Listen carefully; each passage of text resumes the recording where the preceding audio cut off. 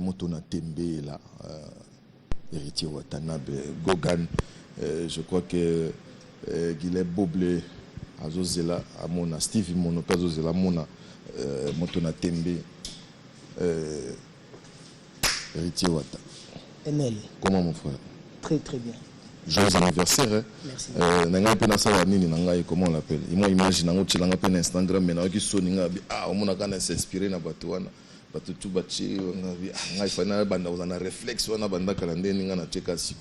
Comment tu vas? Si Dieu fait grâce.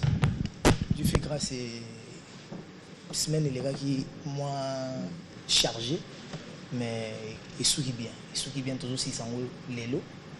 Ah on a le beach. Ah oui, oui, Namoni, comment il s'appelle ton porte-parole? Un animal angola, mais à fonctionner à niveau mondial. Avec le même jour anniversaire. Ah, ça c'est bien. Je savais même pas. Un bagarreur, donc si. Il se bat pour toi, c'est vraiment une bonne chose. Alors, tu as mentionné, tu as parmi bateau, tu as la langue dans la pocheté, donc tu as toujours dit ce que tu ressens. Et moi, je salue d'ailleurs cette liberté-là, de pouvoir dire des choses comme on le ressent. Mais une petite parenthèse par rapport à ça, ce n'est pas les clips officiels. Il y a zéro bêtise, donc on va le faire, on va l'étoffer de manière professionnelle. Ça, c'était juste un teasing, donc soyez patients. La Bilongi, surtout, et vous allez vraiment bien. Alors, non, c'est clair, même sur Facebook, sur Instagram, je suis né le 29 août 1982, donc ils ont bombarder. J'ai vieilli. 37. J'ai vieilli, ma première fille a 14 ans. Namouni est passé. Madame Balé a 14 ans, donc voilà Ritiana. Ketia a 14 ans aussi. Et Ritiana, tu peux écouter moi, le 15 août. Quel beaucoup non, tout au foutu, tu as un système tout au foutu, donc. Dieu a fait grâce à son bâtiment, dès qu'on a le bas, à tout continuer au bâtiment. Oui, peut-être que tu as posé comme depuis 2004. Vous avez héritier, héritier maladie, héritier. Oui. Vous comprenez que pendant 2004, 15 ans après, Dieu continue à renouveler son amour et son alliance. Et Nangaï, donc. Il y a il faut rappeler la rabat de Bakamwa, il y a Béli Bazarmona. Il y a évité mon voisin à l'eau, mais il est là. Mais il y a ce qu'on peut te dire que non, Madame Naloba n'a causé la ramoto parce qu'à ta bon, supporter on est prêt à nuire, mais on n'est pas prêt à revenir peut-être pour corriger Bisso Banabiso. Mais chance ces avants et l'euro zéro bêtise et l'euro était la 7 nuit des jours. Et l'euro est sunga yokarati, et sunga na politique à Congo, na culture à Congo, na social à Congo, sunga makambo belé. Et na ponanga, il faut biso tout tchango maboko. Merci beaucoup. Na ba clip na ngona ba biso photos zanga. Donc pourquoi j'en parle? Parce que nous tous, hier, on a eu à faire des grandes bêtises. Oui. Et tant que tu as revendu au téléphone, bon. Et comme peut-être, nous avons peut-être chance, pétant, nous avons peut-être avant que tu aies bien. Donc, donc, un problème, c'est pas tu RFI. Mais nous sommes bien tous un problème. Voilà. Je vous signale que je suis entouré de mes confrères. Il y a bien sûr Bobo qui est là, de Lubumbashi, qui est là, donc RFI aussi qui est là, donc à qui j'ai dit Liberté Lengi. Donc c'est une bonne chose, soit au Tikota Bolondo, ça va moi bien. Parlons maintenant de ta musique, de la team Wata. D'ailleurs, je me retrouvais à Paris. Dans mon titre parce que qu'on le veuille ou non, il faut que nos amis aussi comprennent qu'ils ont une force considérable parce que on a vu ce bataille à Rabango.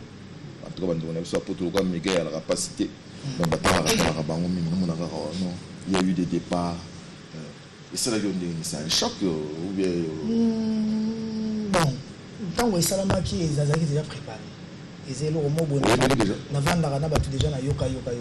Et bibiso dans balar et quand on a tata moi avant on a parlé il y a des sida nurio par rapport à ma cambo ou x y vous avez TV on peut pas tout dire donc Jomo boy père mo boy a des sida à la ka ndezaka ba 5 chaba so ba car so mami on a coupé ça va tout il y a coupé ça va tout alaka bango soki bapesa bango soki bapesa bango te ti lelo ye kaka na nzambe ne moto oyebi bayebi nayokaka déjà ndenge ezalaka ke entre bato ntango baosala bakasa nango moko abetaka lisolo donc lisolo ekomaka déjà donc je vivais déjà avec des gens oyo nga nayebaki oyo osala boye oyo osala boye oyo asali boye asali boye mais je me disais que comme j'avais pas de preuves tangibles je pouvais pas agir donc si toujours que tu as concert à stade nayebaka ngo déjà voilà na pasi wana nazovana na bato mais na pasi wana moyen mpe naloba na motu likambo eza te mpo nga nakoka kosefie na barumeur te et ntango naye okende poto nde kosalana na nsima na nga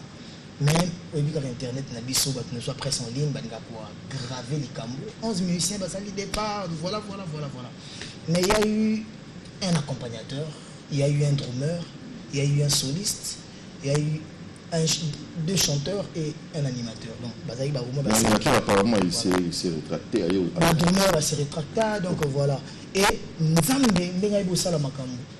Bato il fallait qu'il balongwa pena, bakoka kolongwa te, baboya kolongwa. Plus ba doublir, ba réserve, voilà. Na soki moi deux titulaires na ba réserve. Mouvement ça toujours bêta. Nzambe zo continuer ko bénir biso na kozanga na biso, toujours kende malé. Mais quand on est là, peut-être que bango peut avoir une vision mo boya vie na bango autrement ou peut-être ba tala na calcul na bango que Shinga il y a marché. Je na ko ba bonne chance et que nous allons continuer à bénir bango, nous allons bénir bango nanga ensemble pour le soleil lui pour tout le monde. Donc ils a pour la bisogno sol donc voilà. C'est ça aussi une bonne chose pour vendre et tout le monde a vu à Wata admissité banana donc parce que les allons appeler les kounia na mutete so pe on basali nzela na bango non ça sont issus donc si et plus ces akutu ka que nous sommes un avantage à culture bakosala ba album bakosala ba belle mélodie bakosala ba crie bien ba danse bien muta ko profiter na ngozara peuple congolais voilà la bonne musique un petit message j'aimerais que au salon en français au peuple ivoirien parce que au moment où ils étaient dans les obsèques d'Arafat, toi tu devais fêter ton anniversaire parce qu'il y a toujours des interprétations et je sais pas moi. Si moi j'ai pas eu la chance d'aller à Abidjan, déjà je présente mes condoléances à tout le peuple ivoirien. Vraiment, on a tous été choqués, on a tous été abattus d'apprendre cette nouvelle. Mais c'est Dieu qui donne et c'est Dieu qui répond. Moi, si je ne suis pas allé aux obsèques de notre star, notre grande star, Arafat, c'est juste parce que j'avais mon concert qui était déjà programmé, j'avais un contrat que je devais respecter et c'est ce qui a fait que je ne parte pas. Mais étant donné que je suis artiste, j'ai eu à partager cette douleur-là avec mon groupe, les amis et tout ça. Donc, peuple ivoirien, restez unis, restez panafricains. Arafat, prenez le panafricanisme. Arafat, chantez l'amour. Arafat, chantez la gaieté. Arafat, chantez la joie. Je pense que c'est de la seule façon qu'on peut aujourd'hui rendre hommage à Arafat. L'élever parmi les plus grands ambassadeurs de l'Afrique, même à titre posthume. Donc voilà. Fier de vous que les obsèques se soient bien déroulées, même s'il y a eu un couac à la fin. Mais l'essentiel est que vous avez honoré votre artiste. Et l'Afrique a honoré. Il y a eu plusieurs grands artistes du Congo qui nous ont représentés. Donc merci à eux de faire ces déplacements-là. Donc voilà, c'est ce que je pouvais dire. Voilà, merci donc Héritier Watanabe pour ces propos. J'avais une question à proposer. Voilà, à votre côté dans le solo, il y a mi-ange, mi-démon. Nasali constat mogo.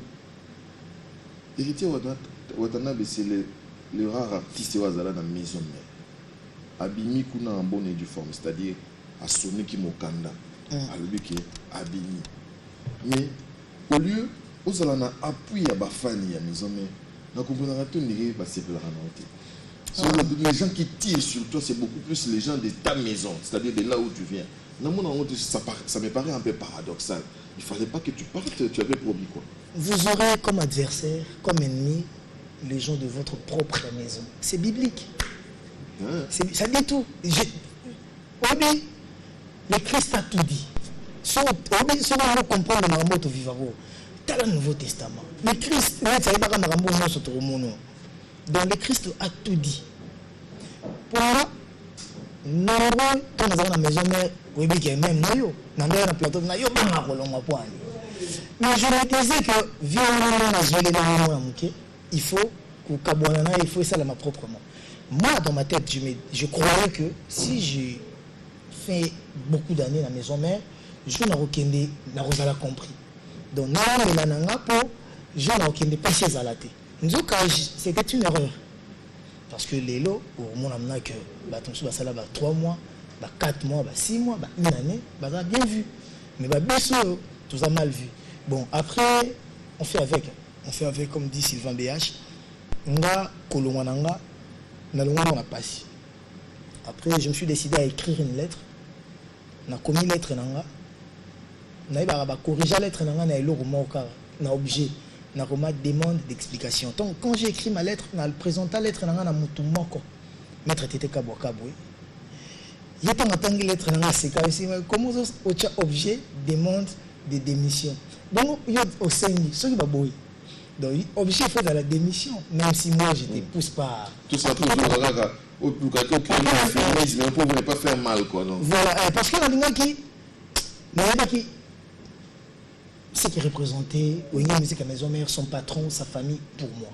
Donc, il y a la brutale, vient devant l'arabe, tout le monde a la fenêtre, bon, moi, par la grande porte, on a commis des lettres à l'écoute. Répondre Penga. Réponse m'a pas ça dans la lettre. Quand ils m'ont répondu, j'avais la visite tout le jour.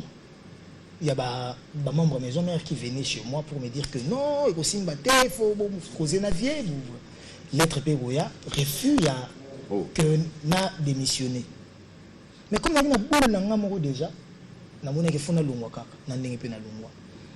a et je crois bien que vous avez temps landa ni tozaka na période ngana longaka ni tozaka na matanga je me trompe pas na ça la ni conférence de presse nanga je crois bien que na yera pe na ba vidéo chez yo et les gars na digital na lobaka ngopé bien.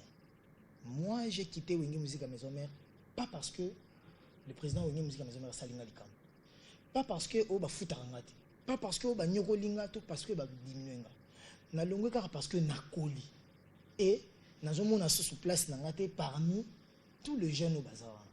Nous avons un espace pour respirer. Parce que peu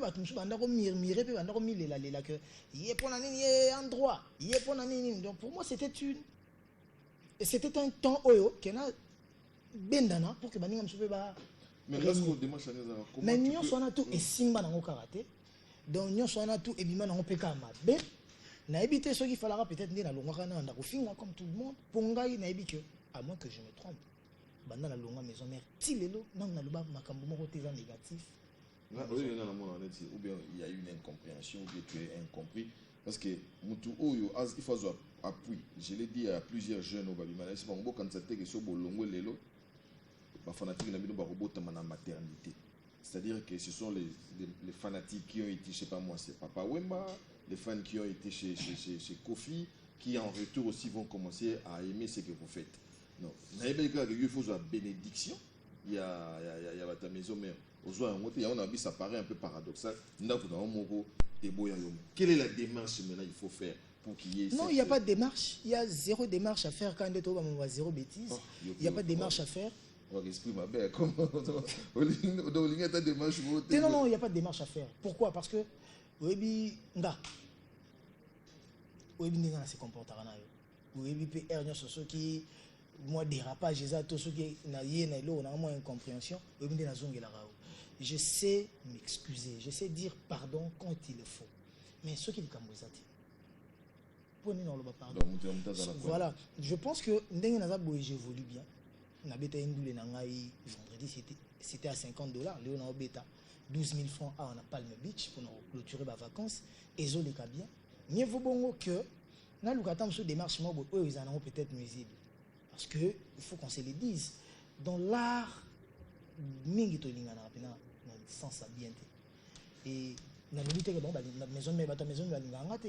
Mais na lobika que ba fanatique maison va za na maison mais biso to zo bundaka na o ba adopter biso. Voilà. Merci. Bino musana mnezani. Bino musana pour na Bon, tombo la biso. nous, on est là Comme pour ça tout, mon dambo donc. tout ça là bien et pas abattu. Tout à fait, donc c'est ça la démarche. Je suis avec Héritier Watanabe, donc nous avons encore une vingtaine de minutes. Nous allons parler maintenant des mi-anges, mi-démons, mais le temps pour moi de souhaiter un joyeux anniversaire à Simon Bongo qui nous suit depuis London. Bien de bonnes choses donc à Christian Pakebo, à Marthe Alangui, prof Laurent Mabiala, prof. Nos respects donc à toi et puis bon dimanche à mon ami le nationaliste Eustache Seke. Bien de bonnes choses aussi à Vincent Bolengue, Mich Papa Soudi, nous te saluons. Alors, tout est solo, il y a mi-ange.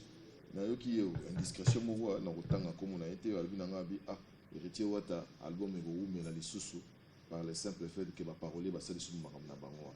Il paraît il y a certaines de tes chansons, ou bien certaines chansons que tu préparais, et Yokani, déjà l'album, il y a Fabregas. C'est vrai. Non, non, na 8 ans au album à Fabregas Mobimbaté. Yokana, non, on est Mais même ceux qui salami, pour moi c'est pas grave. Pour moi c'est pas grave parce que déjà ngandi na sala banzembo nanga suis parolier na nzembo na genre pe na formation sur terre et na travail à peine n'importe quel parolier. Donc voilà. Bakomi na moma kamo. Nazana bande na mona sala ba choix. Bakomi na moma ndenge na ba moma pe bo ateki ba misatu mine donc comme ça na moma ba empiètement et ça. Et plus que ça même ceux qui parolier moi tekeli par exemple Fabregas Nzembo et que Fabregas a démission avant. Non, on comprend après voilà, j'ai ça. Après on a laquelle on a luki na Nzembo ce soir. Na moni Francis a commis 80% déjà à téléchargement, c'est-à-dire que tout cas na 20% où on est tombé. Album nanga normalement titre on va le 20 septembre ou le 25 septembre na sisi. Ah bon? Na lingi na ça l'album moko congolais. Oui. Parce que nazaki na boule mona ça l'album na ba featuring na kati. Mais mon producteur m'a demandé à ce que na servir nanu bateau bazar fan de musique ou en rumba. Oui. Donc quand on parle de la rumba, on voit pas seulement rumba bang bang dakadon. Na ba seben na biso ka ekota la musique rumba. Donc musique na soit Congo, on a valorisé. Après ba featuring on a ça là. Donc ba ndo malwa net ba single. Et ndo malongo après on attend après 3 mois featuring un artiste moko quelconque. Après voilà. Mais jusque là album nanga il se comportait bien natikali na ba enregistrement tant que il y avait 3 ou 4 titres kaka. Ozo na Kinshasa na Paris pour preuve Lenny Bidens était venu mardi juste pour ça il part demain. Donc comme Nangana si ça na ba chanteur à Kin Lenny Bidens fallait qu'il y a longola moi bilo msusu na disque bika mon msusu tam msusu aza sauté et l'autre il faut ba longola chanter au hasard ayemba tout ça là donc voilà fallait les nyayamba ou les nyaye assis déjà tout si c'est lobby et lundi au Kin. Combien de titres à peu près tous à la déjà il faut s'attendre à 2 CD. Déjà, il faut s'attendre à des CD. Nazo bunda na comme on a 30 titres étendus comment au sala. Parce que pourquoi donc to comme oui, mais to sala bongo po ils a bien premièrement ils a bien été pour muta vendre beauté à 30 chansons. Ils a pas si muta yo ka nyonso. Mais c'est quoi désavantage de l'anime. Notre musique est mal structurée. Na habité le ministère de la culture banine et tout on a ba bloc tout ça la structure en réseau aider bisoter à avancer. Et la seule façon de s'en sortir les à côté kabanzembo belé bamabange belé pour que l'orchestre vive parce que l'orchestre vit de ça. Siko faut tout ça là bon mais nazo bunda que tous les kabanzembo ti belé bon côté jusqu'à là attendre de parler c'est que vous en avez belé yo musko ndo si banzembo za belé siko on a sou on a ça la choix oui mbeli banane déjà ma Rachel Fouta fona yemba mes condoléances à Tendai. Déjà, on a heureux anniversaire à vous, madame. Rachel Fouta Tendai. Maman a Jason, maman a Blessing, maman a Victoria, maman a Ted Junior. Donc, nous allons bénir les sous-soubis, nos couples, toujours les bossos. Et pour la famille Tendai, mes sincères condoléances. Donc, nous avons la vie, nous avons la Moutunangai, pire Moutunangai, depuis. Donc, des Bamba capitaines reposent en paix. Et voilà, courage Nangwabi Tendai, junior capitaine, TJ Bolingo, donc on bat tout. Donc, Ted Tendai m'a beaucoup banque. N'a pas si moi écoute au Voilà, donc nos condoléances à Ted Tendai Ngwabi et à la grande famille Tendai. Donc, c'est de l'ainsi à la vie, donc on ne peut rien. Alors, toujours donc si je comprends très bien, on sera dans les 25, 26, 27 titres. Toujours Bunda, mais maintenant, on a moins que ça. On a ça effort, on a moins que ça. Donc, toujours là. Mais faute de moyens 42 possible surtout comme Matiba Congo. Mais vous privilégiez une grosse cylindrée, vous privilégiez une centaine de champagne dans la boîte, vous avez un boulot dans non. Parce que vous avez un nombre de bouteilles au bol, il paraît que primo on a brique. Mine de rien, il faut faire abstraction de pas mal de choses. Au moins, il y a discours de Boyego, peut-être 280 €. Bon, Natika, on a non. Nala Tata Zara, pour ça la si so la Zara, ils avaient ma bête pour tout là, on a revendu la télé, on a la discours tout le jour, on a la Zara. Ça coûte HM, coûte moins cher que Zara. Mais tout le monde vous allez bien. Musicien Congo. Faut moi image, net sur le toit, sur sa peur. On a l'attaque propre, on a l'attaque bien. Mais c'est comme toi, quand il a fait brique, on a son barab à brique. Il y a son brique. Tout à son mandé briquine. Ah bon, on a la rasoir briquine comme actionnaire na briquine. On a la canne na briqué, na canne à payer discourette, na canne à payer ce qui Jimmy Choté, na canne à view na zara ngote. Mais na kindara classe. Na kindara classe et j'ai rêvé. J'ai rêvé que ma vie soit meilleure. Et nazo bunda malé na kotonga yango. Donc, je suis en train de sombi 10 briques, 4 briques à Tonginda pour moi bouler que voilà rêve n'a réalisé. Mais je suis en train de bouler investissement. Et moi, étant commercialiste des formations, je sais que la plus mauvaise investissement, le plus mauvais investissement, c'est l'investissement dans la pierre, sur la pierre. À moins que je me trompe. On a battu ça dans la classe. Bon, après, tout le temps, selon le plan général comptable, le plan comptable général congolais, selon le plan OADA. Donc, Maramoso a évolué. Donc, dans ce sens-là, et peut-être que nous sommes parlé, nous avons appelé solo. Mais non, dans le sens que ça dit que ça a moins violence. Non, bouteille à champagne.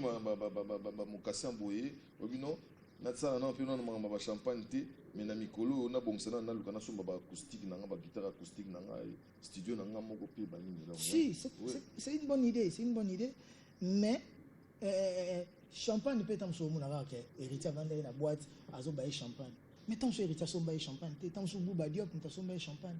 Tant sur le président Daniel Massaro tant son bailler champagne pour honorer héritier. Donc les gens confondent après voilà. Après si ko tozon analyse na musicien. Un artiste, c'est quoi? C'est un veille, c'est un vendeur d'illusions. Un artiste doit faire rêver. Ce qui est les chimoga zara mbati moga zara mokase moga zara après comme le roi neti moi na moi mi qui la hôtel nega ah on peut mission ngenyo. Donc du coup ils ont chapé moi chute donc to garder ka bar ils alla bien mais après tant que je ça m'a cessé. Voilà, donc vous tous qui j'encourage pas bateau à champagne. Livre-toi, dans l'idéologie, dans ce qui est thèse chez toi, c'est l'antithèse chez Massaro. Donc c'est de là ainsi va la vie, comme on dit. Et puis, tout qui est non, kaka, n'engwana. Est-ce que tu es dans le seul anniversaire? Je n'ai pas été là-bas. Mais sinon, donc, j'ai demandé, mais qui ont été dans l'anniversaire? Papa Chéri était là, Ferry était là, Inosbi était là. Pourquoi Obinka Bango? Non. J'ai eu la chance de croiser Papa Chéri. Je faisais un tour. Je me suis dit, Bima côté à ce côté Béatrice Hotel, à Landaï. Que je dois fêter mon anniversaire. Je vais te soutenir. Même dans l'organisation,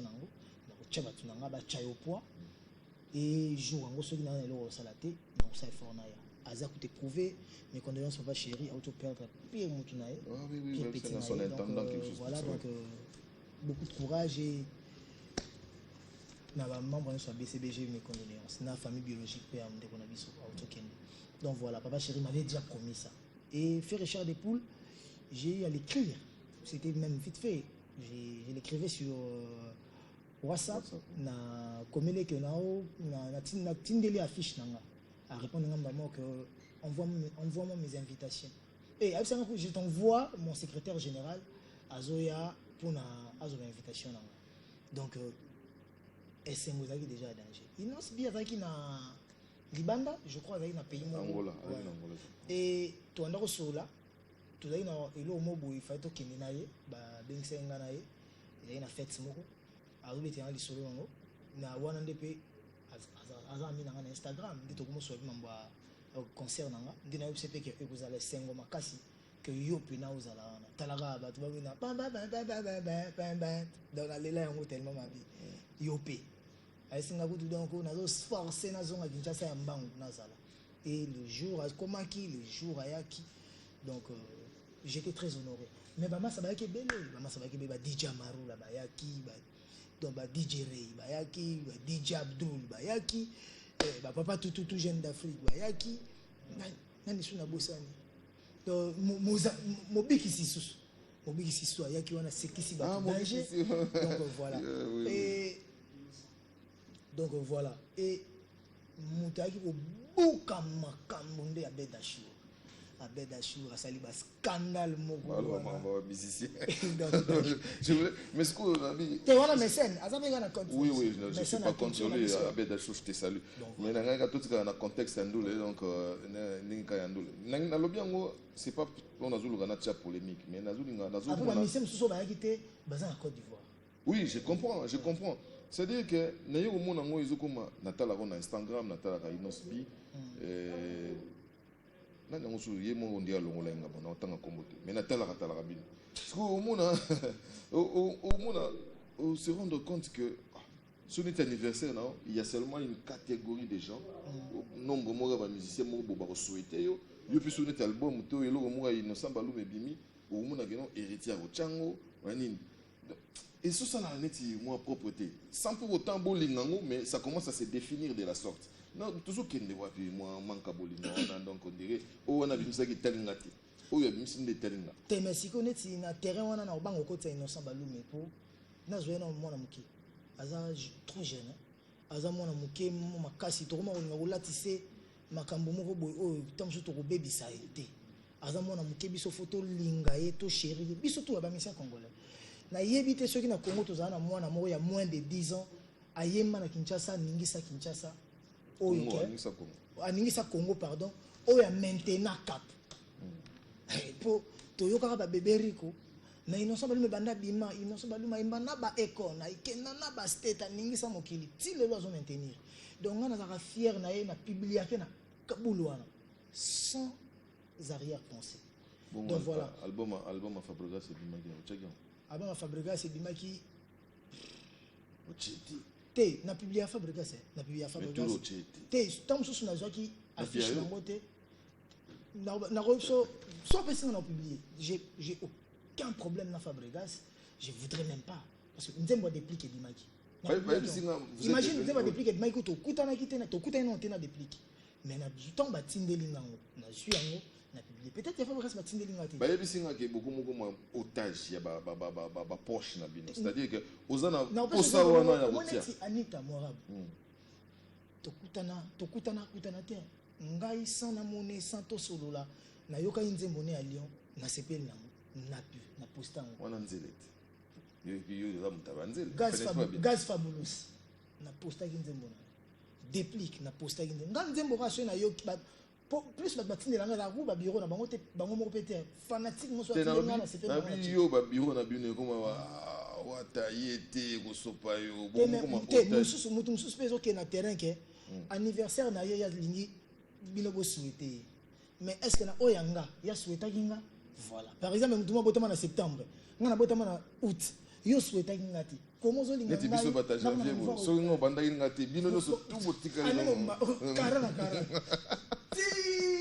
ti kuna ko ya so yi ala wala ngala bandi bino ka ngala mutaja donc bandi kono so ba meka ko aider biso parce que les appels moi patient au moins batuni sur la rolling pinga ti mon cadre wana nga na pona rapnati nga bato bele ba yebinga na ndenge mo boy webiga mutu mo ba yebaka yo ke ba lupango so ba komaka chien méchant mboza kana esute me ba tikala na image ka chien méchant donc nga na oyo ba bakanisa raté baluba bazaki ba siliki ina na bango bela wala eso pacho refi bobo chipokana kabea da bolimbisa nga me bon na possibilité mboza ka susite nga na osongo na boule que voilà oui on a mis la galerie voilà donc voilà faut comprendre que pas ces ça na moto suspend na souhaitanga ti pour ninga na bandaka ko souhaiter donc comme ya souhaitanga te bon tout ça na jimo skonga pour na tala tout ça jimo to kanga bango pena yo chi oyebsinga ene mo na chimu tuboya yanga pe ko ya totala soka ocha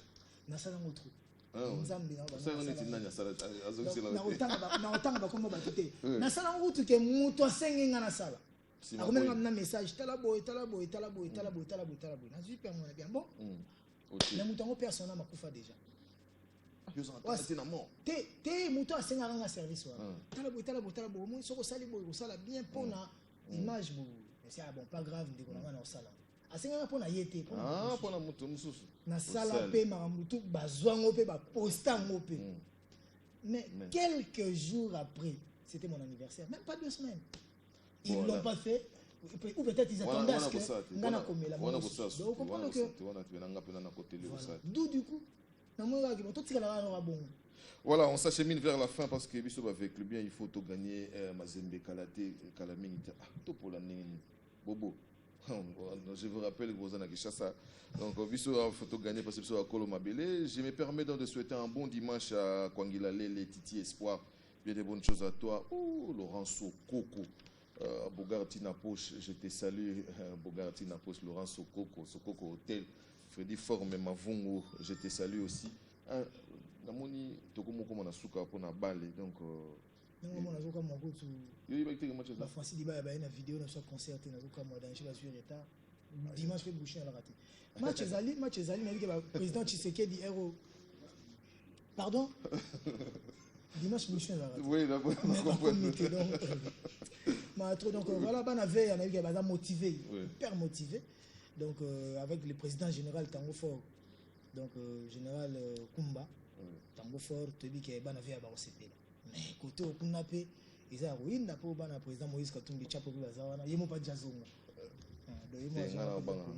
donc la trésor pour bazawana donc eza guerre à danger bon qui le meilleur gagne donc sur intérêt na Barcelone et ngabena na wana na bomba tu ngana mukili nazala fan na Michael Jackson nenga kenda na tika fanatique Cristiano Ronaldo so atiki balende na zongeli Real mais na zamta Real merci naza bena muta Real mais na go awana Kinshasa na comme donc na mona Sarkozy azo soutenir Paris Saint-Germain c'est nom neti ngayo na ebi mkona kutana bana fipo lokole yo lingi vita trop na bia beaucoup mo pekisanga na lokona linga donc na Congo kaka nde koma kama problème yo penga na yebi mena boko loba yo pozo ko loba ni boko kate obi yo sala wa ngate kana mtambata obi ke nala mtambata na kota ka tous les territoires faut na beta mbata na veya na président Chimanga na beta mbata donc un mot président connaît Tshisekedi donc un mot c'est surtout kotaka voilà c'est exactement na moi ngana mtambata voilà bibo pe ba trésor mukunda bazana les pastorales voilà donc ngana mtambata na mtamatolo donc voilà, merci beaucoup. Donc, de deux costumes, dans le village costume, on te salue. Donc, Master Papi Matalata, Matos, je te salue. Merci. Et encore une fois, bon, mes condoléances à Ted Tendai, comme je l'avais mentionné. Et puis, Didier Omeonga à Bruxelles, on te salue. Richard Chité, Abramo, mon héritier. Ce projet, on a héritier à ça, on bien. Donc, Richard Chité, Abramo, bien des bonnes choses à toi. À Ramazani, à Missi. À Steve Imono encore une fois, donc on a pu nous emboîter, donc on est talonné par les temps parce qu'il y a match. Quel est le message que tu veux transmettre à tes fans au Baozela? Parce que ça fait, il faut rappeler, ça fait 3 ans mine de rien. Nous avons préparé une mission, 3 ans encore, donc tout ça, oui, depuis retirada. Donc qu'est-ce que tu vas leur dire donc? Mais Nathalie qui veut la politique, la mission, la mission, la mission, après 3-4 ans, et au moins que Banzem, on a bangoza. Et quand tu as tout bien, que tout ça, chaque année, tu as besoin de les gars. Il faut ça rappeler chaque année, la team de l'homme, nous avons riche à donc on timbe monte mon a jumu ngindai ka banda inane okumu luki sous boisa soute akansi na ntanga komone voici tout bon anniversaire voilà donc yamona liaka mbongo na ya fakoya bimisa na single la chance que na la tête ndai ah ou mille l'amour donc yatali ata se force ko ya ko ane soute donc moi il t'aime ba oyo wana ya mbongo na ke na braza bongo bwaki na mai akoya te pour mseze na Kinshasa mais ba oyo mbongo wana ça tout ça vraiment ba single mbongo si ba single on a pesa politiquement bien et ça que ntabunga te nta exister donc bana kin bande konanga bana tout le monde entier na digital les monde entier vraiment je suis presque à la fin de la réalisation de mon album je vraiment besoin de votre soutien. Achetez ma musique, achetez mon album sur iTunes, Deezer, Spotify, sur YouTube, voilà, sur la plateforme et tout à téléchargement. Et CDP aux Alara, on a point de vente aux Alara. J'ai vraiment besoin de votre soutien. Boyoka yoka yango, après vous comprendre pourquoi on a ça l'album, pourquoi on a bien mis ange mes démons. J'ai dit merci na batutu ba soutenir kinga en commençant par papa chéri Binadama. Merci na bolingo no wana na azaki. Azé prouvé mais ndima ikuya avant dinanga ti 5h moins bolingo wana na ebindi ngozong sangote. À part ko singa nzambe a continuer ko bénir yo, a bénir yo makasi. Merci na chief na biso fait Richard Depoul. Fait rigola na monaki osé na moni Satya na ibango banda boula na ibango banda bébé na bango na moni ba grand garçon, c'était un grand plaisir pour moi de retrouver Yoana. Merci Nayo, merci à Innocent Baloume, Innos B jeune leader. Donc il y a une idéologie à paix denta banana découvrir na bango découvrir na mauvais. Merci belé na ba nasa to ba ki soutenir ba nasa to ba tchenga maboko wana ba marula virus. Donc na ba ku virus nga na virus to kutana na boîte et rien à soirée na boîte moi exacté big up DJ Virus ba marula ba DJ Abdul Gaz Fabulous ba Tutu et les autres mobik ici. Donc voilà, donc banakin lelo kaka ndé tout aussi ça tout à l'heure na Palm Beach pour ça na esengo na ngeza to banda pena moi. Et ça va bien. Mais si on a qui net ba la tango déjà qui photo banda ka arrêter. Bilamba go defana monsieur za moi de laver bon, c'est pas pour vous que il faisait mon en arabien na molili, arabien na molili. Moi tu charisme, nous venons tous de là, non. Orchestre pena les après tant monsieur banandu les 16h. Mais baye ba comme plein 20h. C'est quoi orchestre pe mo ebeta tombe bazana n'était. Donc tout ça le fort ya ko ki ma notion wana ya ko ya ka venanga directeur Martin Lukusa. Ah, Lukusa Lukusa on y masolo ya Cap David donc tozala wana so c'est le relais à nos amis sportifs pour le match. Merci Nayo héritier Watana. Ça va de vous remercier donc après album Nayo qui en penza bien au plus na mbote na jeune frère na mo azara na Houston Kevin Katumba Escobar Escobar Kevin Katumba na disque na disque ateme yo so lobi yo na mo ndé na disque on va na Ephraim Bwanga so ba yo quitté yo Ephraim Bwanga la merveille te mena studio pe faut tindela ngango na SMS na regarda Bouya sauté ou c'est héritier qui déjà pour c'est Jackie voilà non on va il y a des données maman ici oui j'aime bien ce nom là ça sonne bien.